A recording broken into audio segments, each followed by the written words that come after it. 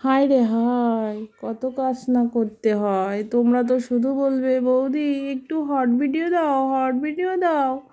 শুধু হট হলে চলবে? দেখো কাজগুলো কে করবে? হ্যাঁ, কত কাজ করছি দেখো আমি। দুপুরবেলা আমার রান্না হয়ে গেছে, এবার তারপরের কাজ দেখো, এই উনান গোবর দিয়ে রাখছি। আবার তারপর দিন আমার উনুনে রান্না হবে, সেজন্য আমার আবার রান্না বান্না করার পরে এরকম গোছ গাছ পরিষ্কার পরিচ্ছন্ন করে না রাখলে না আমার আবার ঘুম হয় না। আমার সমানে মনে হয় আমি এই কাজটা করতে পারলাম না, ওই কাজটা কখন করব। ভিডিও বানাতেও তখন মন বসে না, মনটা কেমন আনচান আনচান করতে থাকে। হ্যাঁ, তা বলো আমি কেমন গোবর মাটি দিচ্ছি।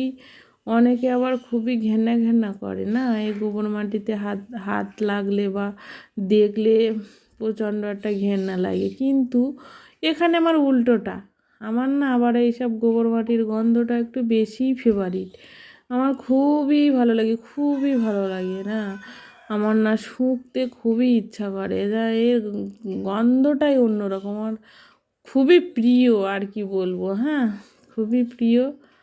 তা বলো বন্ধুরা, সবাই কেমন আছো? আশা করি ভালো আছো।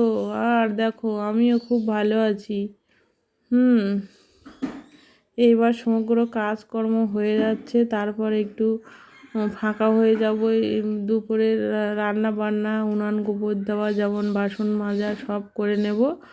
নিয়ে তারপরে আমার অনেক দিন দিয়ে ধরে এই বড় ভিডিও দেওয়াও হচ্ছে না, আসলে সময়ই পাই না ভিডিও করার।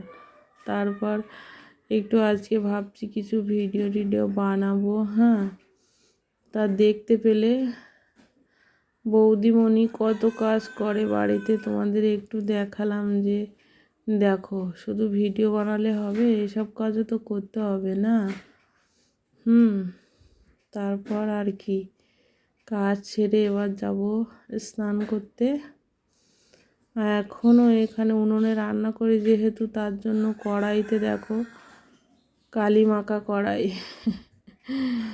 তলায় কালি কালি পড়ে গেছে। আসলে এত উনুনে রান্না করলে তো অবশ্যই কালি পড়বে না, মেজে ধুয়ে হ্যাঁ চান করবো আর কি। এদিকে আমার সঙ্গে সঙ্গে কাজ করারও কত লোক আছে, দেখতে পেলে তোমরা।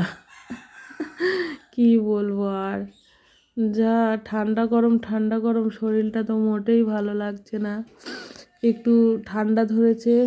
যাই হোক, নাক দিয়ে জল পড়ছে, বেশি কথাও বলতে পারছি না। কি করব বলো, কাজ বাজ হয়ে গেছে। তা কেমন লাগলো আমার কাজ বাজ জানাবে।